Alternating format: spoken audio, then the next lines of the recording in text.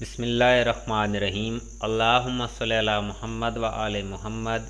अस्सलामु अलैकुम प्यारे यूट्यूब साथियों, मैं हूं मोहम्मद आसिफ़ और इल्म जुफ़र के सयासार से एक वीडियो के साथ हाजिर खिदमत हूं। बारगाह इलाही में आपकी इज़्ज़त व सलामती और दायमी खुशियों के लिए दुआ गो हूँ। मालिक अर्ज़ समा हमेशा आपका निगहबान रहे, आपको किसी भी मर्ज़, कर्ज़, तंगदस्ती और नागहानी आफ़ात से हमेशा के लिए महफूज रखे, आमीन।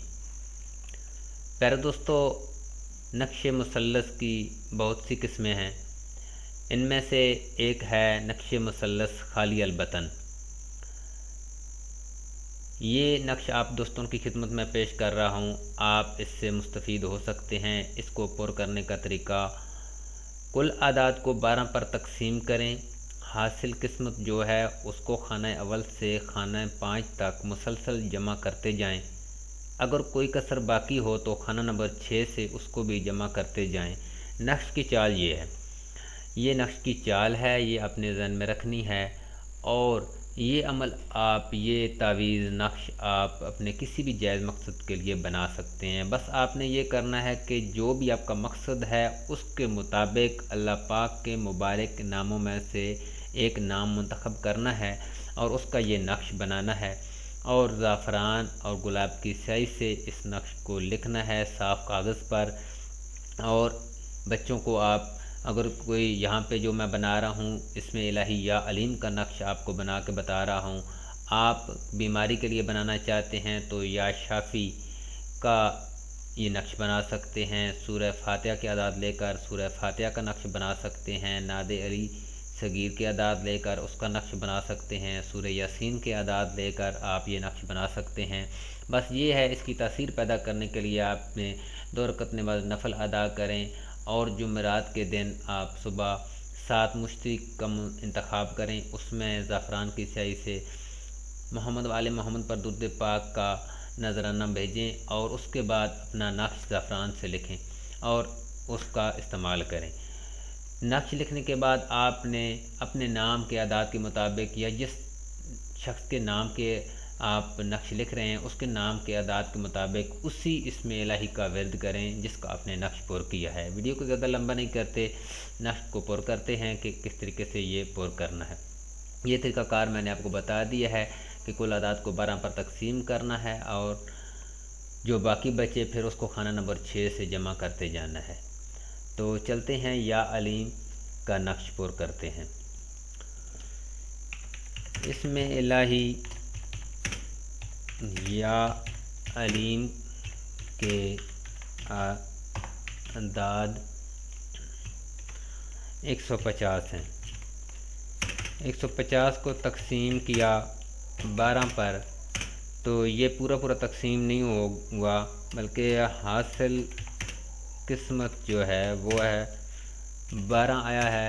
और यहाँ पे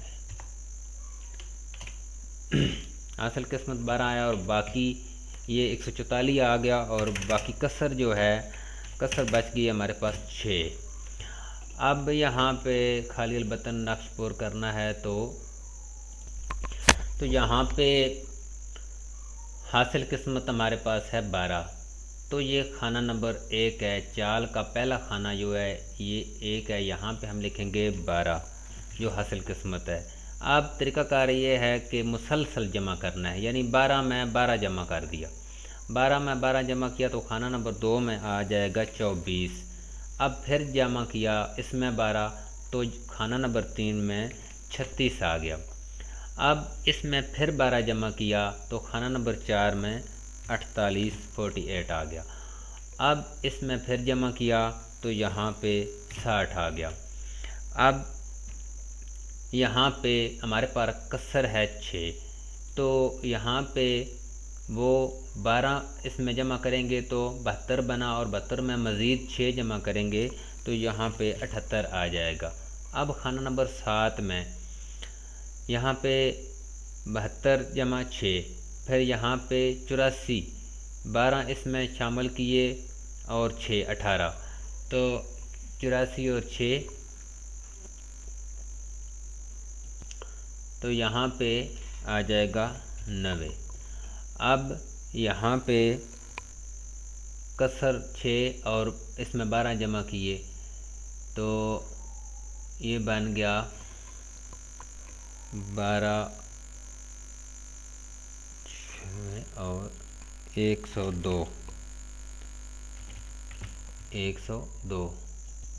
तो यहाँ पे अब इसकी तस्दीक ये है कि ये 3 खाने जमा करें तो भी 150 आना चाहिए, ये भी जमा करें तो ये 150 आना चाहिए, ऊपर से नीचे जमा करें तब भी 150 आना चाहिए।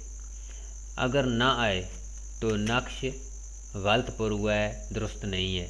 ये तरीका है, ये कुलिया है और इसी फार्मूले से ये पुर होगा और आदाब मैंने आपको बता दिए हैं। अब यहाँ पे आप मिसाल के तौर पे जिस आदमी का आपने नक्श बनाना है, जिसका मैं एक बच्चे के लिए बना रहा हूँ कि वो पढ़ाई में तेज़ हो जाए, कमज़ोर है, पढ़ाई दिल लगा कर करे, उसको इल्म हासिल करने का शौक़ हो, तो मैं इसमें इलाही या अलीम का नक्श बनाता हूँ। उसमें उस बच्चे का नाम, उसकी वालदा का नाम, उसके आदाद शामिल करने के बाद आपने ये नक्श पुर करना है और उसके बाद उस बच्चे को आप पिला भी सकते हैं, 40 दिन तक पिलाएं। अगर पिलाते नहीं तो उसके गले में डाल दें, तो अल्लाह पाक की रहम बरकत से आपको इससे फैज़याबी हासिल होगी।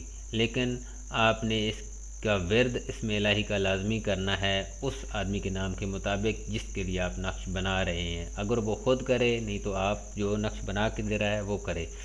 ये है नक्श मुसल्लस खाली अलबतन। यहाँ पे इस खाली खाना में आपने उसका नाम, मकसद लिख देना है कि फ़लाँ बिन फ़लाँ को शिफा हो या फ़लाँ बिन फ़लाँ का पढ़ाई में दिल लगे, जो भी मकसद है। लेकिन इसमें आज़म आपने वो मुंतखब करना है जो मकसद के मुताबिक हो। अगर रिज़्क़ के लिए कर रहे हैं तो या रज़ाक लेंगे, अगर गनी होने के लिए कर रहे हैं तो या गनी लेंगे, बीमारी के लिए कर रहे हैं या शाफ़ी या सलाम। तो इस तरीके से आपने अल्लाह पाक के अस्मा से वो नाम मुंतखब करने हैं जो मकसद के मुताबिक हों। ये तरीका था नक्श मुसल्लस पुर करने का। अगर फिर भी किसी नए दोस्त को समझ ना आए तो वो पूछ सकता है, इंशाल्लाह मैं उसको वज़ाहत से बताऊँगा। अल्लाह पाक आपका हामी व नासिर हो। अल्लाह नेगहबान।